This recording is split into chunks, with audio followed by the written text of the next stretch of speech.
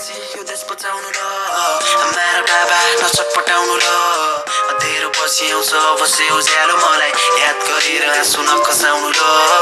देशवासी यो देश बचाउनु ल आमा र बाबा नचटपटाउनु ल अँध्यारो पछि आउँछ अवश्य उज्यालो मलाई याद गरेर आँसु नखसाउनु ल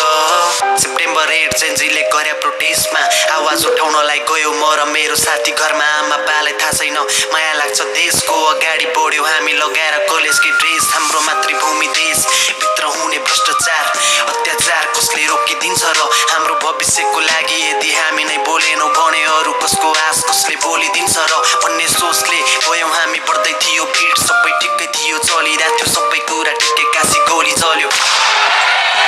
सबै भागाभाग भयो मेरो शरीर लड्यो भुइँमा अचानक के भयो मैले चालै पाइन गोली निधारमा छिरेसी भित्र सासै आएन म त भोलिको लागि लड्नुपर्छ भन्दै उत्रिए के गर्नु आमा म त आजै रहेन म धेरै टाढा आइसके माया सबको पाइसके अघिसम्म म तिम्रै थिएँ अहिले दैवको भइसके छोरा आएसी खाना खान्छु भनेर नकुर्नु ल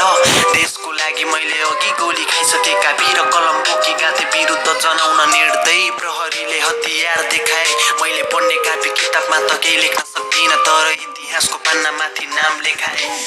विद्यार्थी पोसाकमा म लास पाकै छु देशलाई माया गर्ने परीक्षामा पास पाकै छु पढाइ लेखाइ सके कमाउनलाई काममा जान्छु सोच्दै तर बाटो मोडियो आज घाट जाँदैछु देशवासी यो देश बचाउनु ल आमा र बाबा नचटपटाउनु ल